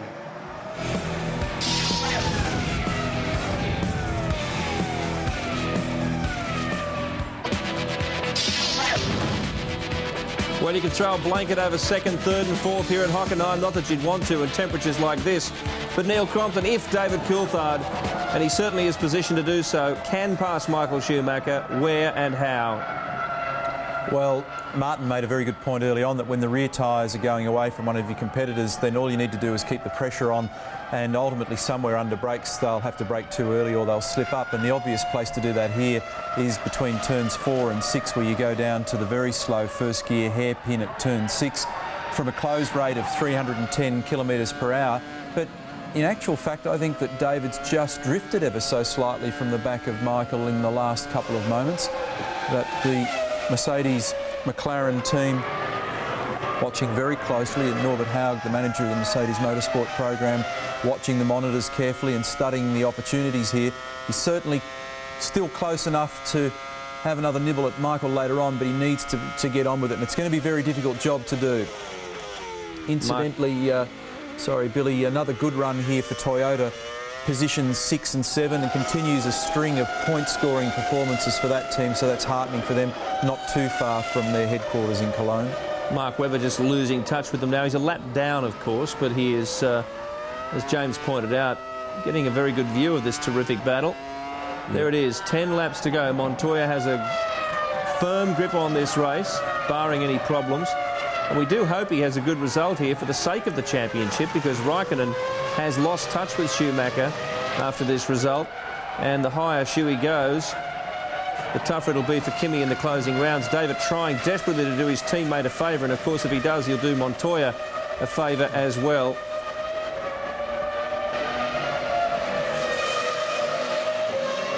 Into the closing stages then of the German Grand Prix. You've missed nothing. Juan Montoya is still leading by 50 seconds from Trulli, Michael Schumacher and Coulthard, who are together on the racetrack. There they are. Coulthard has not got particularly close to the back yet of Michael Schumacher. One particular occasion he just began to look as though he was, but it's all spaced out again a little bit now. And in terms of the actual relative pace, that last lap, 0.4 of a second faster for Coulthard. This is the closest he's been then, right up the back of Michael Schumacher into the hairpin. They stretch out again a little bit more on acceleration, but this is going to be a real harem-scarum finish here at Hockenheim. Jarno Trulli has definitely got blistered rear tyres. You can see the different coloration across the surface. That's why he's beginning to struggle under braking. Michael is faster under braking, Coulthard faster than the pair of them, but at the moment they just can't break through this turbulent air that behind the Renault and get close enough to have a go. But the other problem is when you're in that turbulent air, you tend to slide more and you hurt your tyres much earlier. That's what's going on to a certain extent with Coulthard and Michael Schumacher, but there then is the view of the fight from the back of the three cars heading down into turn one. Ooh, mind those cones on the inside, David. You'll damage the front wing, but you've got to get very close to them. And once again then, and Villeneuve not really noticing that Coulthard was there. That cost him. It was Jenson Button, I think, who's a good friend of David Coulthard. He didn't realise that Coulthard, I think, was part of that train and just compromised him a little bit. Look at those blisters as Schumacher has a go down the right-hand side. Can he make it stick? The crowd are up on their feet. No, he can't. Trulli resists. Will Coulthard be able to capitalise? Comes up on the inside. No, he wasn't close enough. Button there as well, watching from the background. And now Schumacher's had to go around the outside, and he's got him. Michael Schumacher up into second place. Yes, he got better traction out there on the runoff area. What on earth was going on there? And what a pity for David Coulthard that he got held up by that BAR, because he would have been right in the action, and he just lost a bit of ground. Michael, incredibly, getting better traction out on the dusty apron, runoff apron there, and that helps him enormously in the championship and also gives him a car between himself and Coulthard. Coulthard's got to get in front of the Ferrari to help his teammate. And just listen to the response here of this enormous crowd here at Hockenheim. Well over 100,000 people cheering on Michael Schumacher. 12 months ago they cheered him on to victory, a celebration party for his 5th World Championship. Today I think their expectations were a little bit more under control when they saw the pace of the BMW Williams of Juan Montoya and Ralf Schumacher. Perhaps they thought third was the best they could do today. He's up to second, and this is how he did it. Yeah, so he went down the outside, truly did the only sensible thing and just ran him clean off the road. But with his blistered rear tyres, he didn't have enough traction. And Coulthard's had a go. I thought they were going to touch there briefly. And Coulthard also has had a go, and they're still side by side.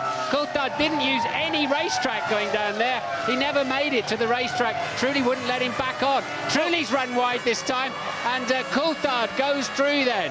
Coulthard up into third place. Jarno Trulli, in the space of a lap, goes from second down into fourth place. Those rear tyres, we saw, as Martin pointed out on the rearward shot, are blistered on the Renault. It's costing him dearly. You can see the right rear tyre there of the Renault. And Coulthard now has a chance to have a crack at Michael Schumacher for second place.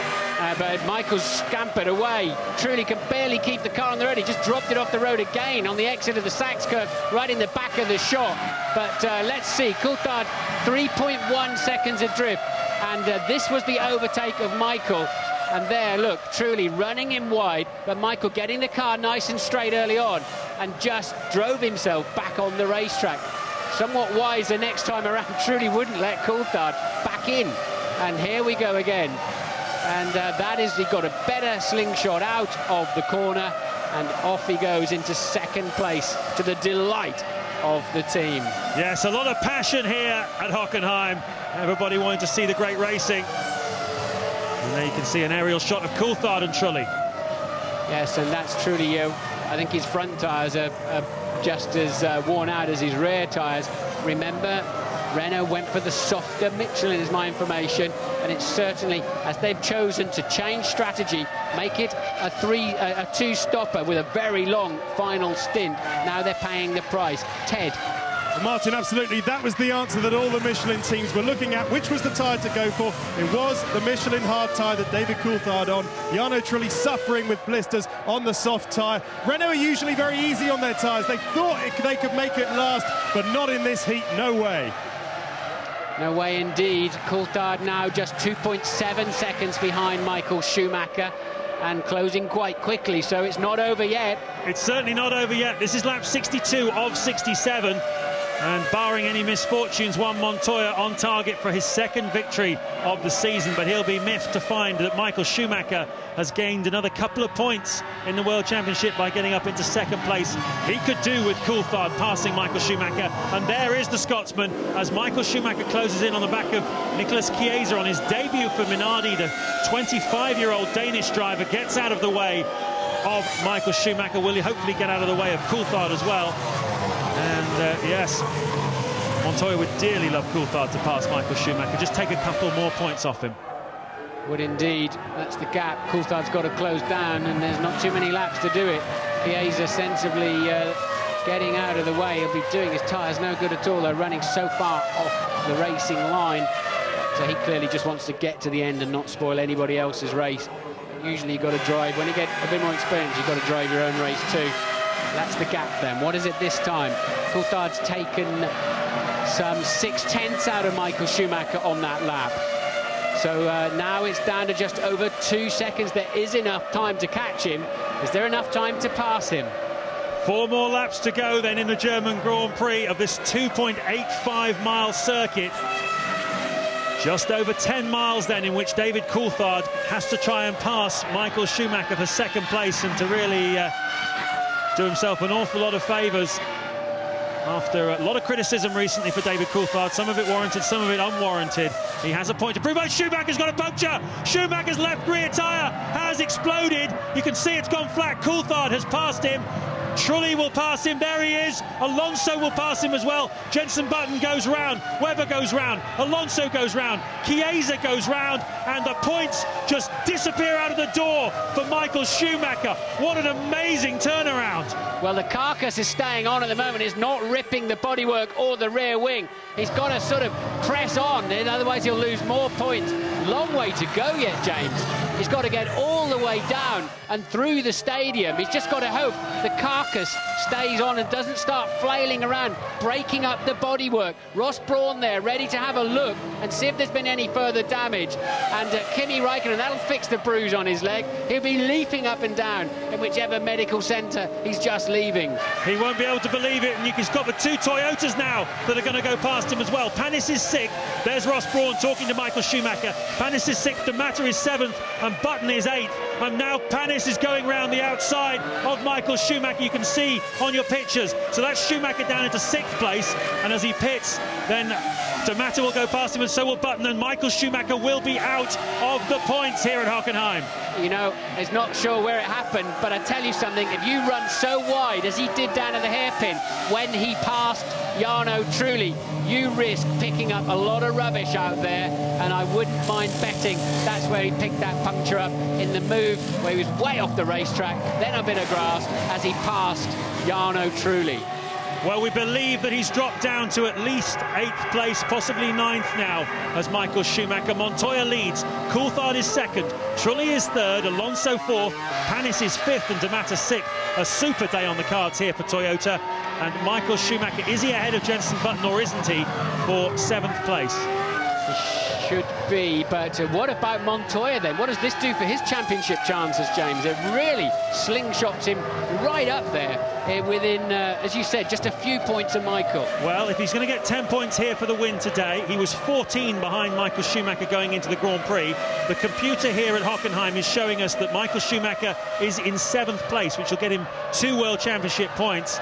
So it's 8 points that he's taken out of him today if he can finish the race where he is. Yeah, it was, he had to breathe a bit of a sigh of relief there. The Minardi so nearly dropped it and would have wiped him out. And Montoya, they're getting out of shape in turn 2. He's only really racing himself, but he did dirty his tyres going offline as the Minardi was looking seriously wobbly coming out of the final corner. Second place man then, Coulthard, truly 6.4 seconds behind him now. And Alonso is beginning to home in on his teammate. Well, we talk so often about Michael Schumacher being the luckiest driver in Formula One. So often things happen to him in practice sessions, but not in the Grand Prix itself. And here today, in front of his home crowd, it's gone very, very badly wrong for him at the end of the Grand Prix, and the points have certainly disappeared out of the door as a result of it. He looks set to get 2. But just a few minutes ago, he was all set to get 8. And with the championship so tight and so incredibly highly contested this year, Ron Dennis, the team principal of McLaren, can join us now. What did you think of that then, Ron? What about Michael Schumacher's rear tyre? Well, I think this is forced them into a two-stop strategy, and we knew their tyres were on the limit. It's not that we forced it, but it certainly put them into a high-risk strategy, and he paid the price. Unlikely to be a puncture, more likely to be a straight tyre failure coming from the temperature here. So you think the sidewalls failed then? That's a strong statement, Ron. I wondered if he picked up a puncture when he ran extremely wide, when he was passing Trulli. But you think they pushed the tyre just too many laps? Yep, it's happened in practice. It's left rear which takes the high load, and I think it's with a marginal tyre, and it took a gamble switching to a two-stop, and that really didn't pay off. Thanks very much for joining us, Ron. Your input has been invaluable today from the McLaren pit wall, and you've got 8 points for David Coulthard in second place. Great day's work as we look now at the race leader, about to become the race winner, Juan Pablo Montoya. On his final tour, a final few corners, his wife Connie in the pits we saw a few moments ago. He comes out of the final corner. The mechanics are all there ready to receive him. Sorry, I beg your pardon, not the final corner, final corner into the stadium, as Mark Webber has gone off the racetrack in 9th place. This then, the final 2 corners for Juan Montoya. He picks up his 3rd career victory, his 2nd of the season, and such a dominant win today for Juan Montoya. He was a full minute ahead of David Coulthard in 2nd place. So we've got to wait a minute then before they come over the line. Michael Schumacher is P7 for 2 World Championship points. Webber and Button were extremely close together for 8th, and I wonder then if there was a coming together there or whatever, why Webber went off. Here comes Coulthard. He's still got the Motordrome to go. The Renault's behind him. He's coasting now. He doesn't have to do any more. He has 8 World Championship points in his pocket, providing he clears the line. There he is. And, solid run this afternoon for David Coulthard. There goes Michael Schumacher. His race is over. Although he's 7th, he's more than a lap down, of course. So he cannot make any more places up now, and neither can he be passed. So 2 points for Michael Schumacher. Coulthard unlapped. The only 3 cars unlapped are Coulthard, Trulli and Alonso. 5th place man Panis is lapped, therefore his race is over, as is D'Amata. So there you can see them coming out of the final corner. The 2 Renaults very, very close together. They cross the line with Trulli in front of Alonso. We're expecting Olivier Panis to come through in 5th place. There goes Jenson Button, and more points for him again after such a difficult qualifying session. He's gone and done it again. 17th up to 8th for Jenson Button. A dogged drive. But what about this man now? Juan Pablo Montoya has picked up 50 points in the last 6 Grand Prix. He's a serious championship contender. Michael Schumacher is on 71 points, we think, and Juan Montoya is on 65. It's just 6 points in it with 4 Grand Prix to